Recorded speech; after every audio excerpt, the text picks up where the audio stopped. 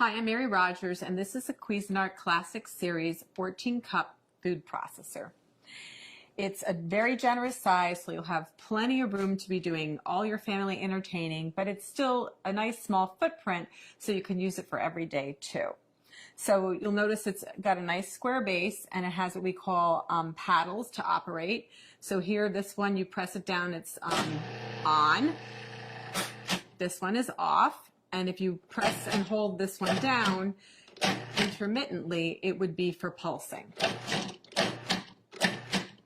So, has a nice smooth finish. It's stainless steel on the outside. Has a lid that you remove by twisting and just pulling it off. It's really simple and easy to operate. This is your feed tube. And there's also a smaller feed tube inside, which I'm going to show you how to use a little bit later. And you can actually drop things in through the feed tube like garlic. We're going to do garlic and jalapeno. And you can actually have the machine running. And it's a very efficient way to chop up garlic and some other items. The other thing is that it's great if you want to add liquid very slowly. The small feed tube has a small hole in it, so if you want to make vinaigrette, you can just pour the oil directly into the small feed tube. Or if you're going to make mayonnaise where you want to slowly incorporate any kind of oil, it'll just drip through the feed tube directly into your bowl in a very consistent way so that you get a great finished mayonnaise or a vinaigrette. So let's look at some of the other items that come with your food processor.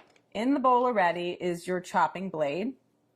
And we call this the S blade because it's shaped like a little bit like an S. And this is used for everything from chopping herbs and onions to pureeing, mixing, and also kneading doughs.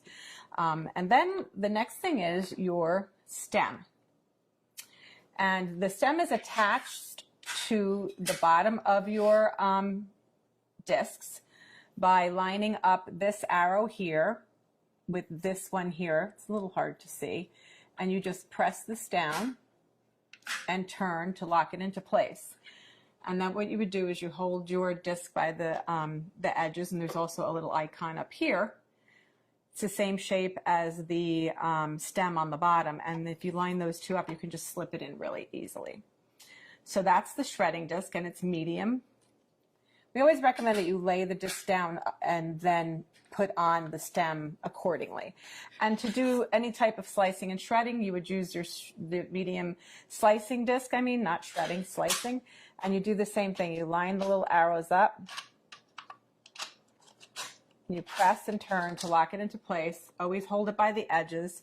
And once again, if you line the stem up, I'm not doing it very good, but this is the way it goes.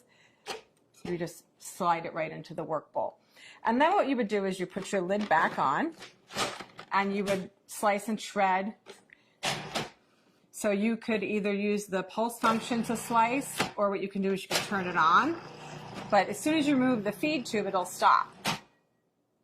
So that you would then add more ingredients, and we can do batch processing. So you would add, let's say, potatoes, slice, and then continue on. And then we're going to turn it off. So what we're going to do today, that's all of the parts that come with your food processor. And also you get a little spatula we help you with.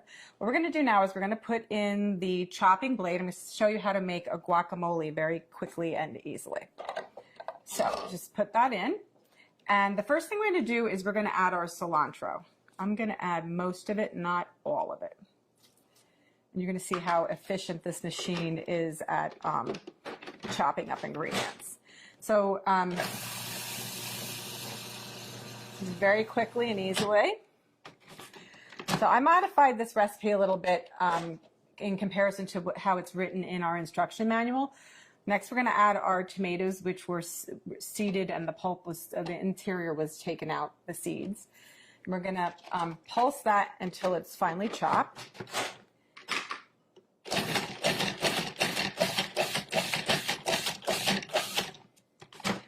When you first start using a food processor, it's a good idea to actually use the pulse function because of the fact that you just want to get used to using it. You also want to get used to the consistency, and it gives you much greater control. So I'm just going to reserve this. Sorry, this is like a... I'm going to reserve some of this so that when we put the guacamole together at the end, it'll still have some of the chunky tomato, but I'm not going to do all of it.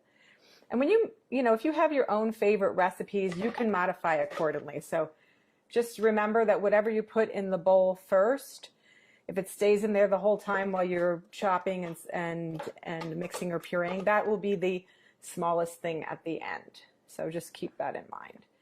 So I didn't remove everything, just most of it. So the next thing what we're going to do is, with the machine on and running, we're going to drop in the garlic and the jalapeno through the feed tube.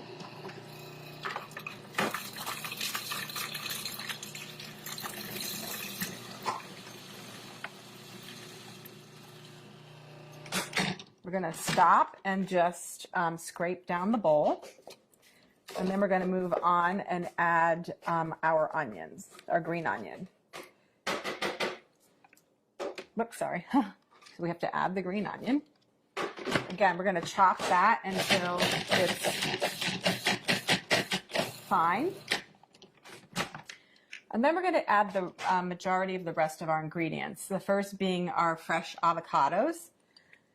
So just do that by adding that like so.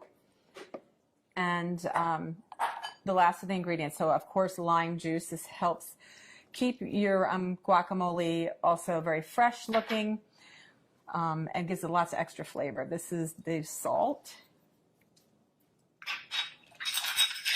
cumin, and then the last ingredient is the chili powder. Give it a little zip. So now what we're going to do is we're going to put the lid back on, and then we're going to pulse until it's really creamy.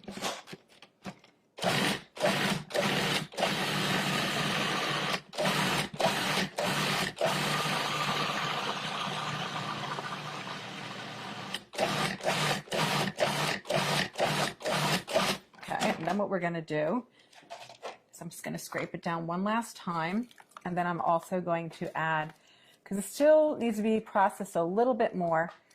And then what I'm going to do at this point too is add the balance of the cilantro that I reserved.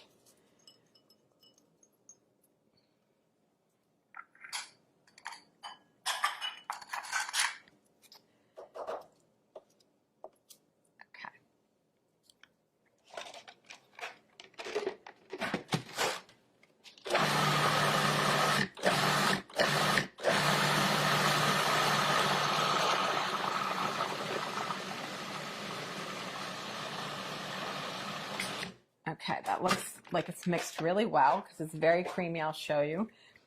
It's nice and very, very creamy looking. So the last step is to add back in the tomatoes and the cilantro. And this is really just so that they don't become, you know, when you're pureeing the guacamole, you know, if it stays in there the whole time, you won't see the chunks of the tomato anymore. Let's just add that back in, and we're going to pulse until it's incorporated.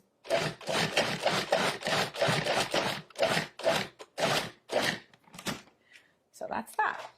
So now what we're going to do is I'm just going to add this to our decorative bowl for serving. And you know, you could also put a beautiful lime wedge on top.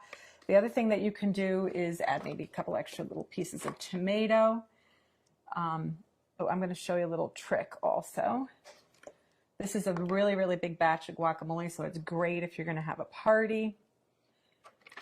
But the other thing too to remember is if you are going to be making this and then serving it like later, it's a good idea to put a couple of the pits in with the guacamole in the meantime, because this actually helps it, along with the lime juice, from turning brown on you. So you want to just cover this up.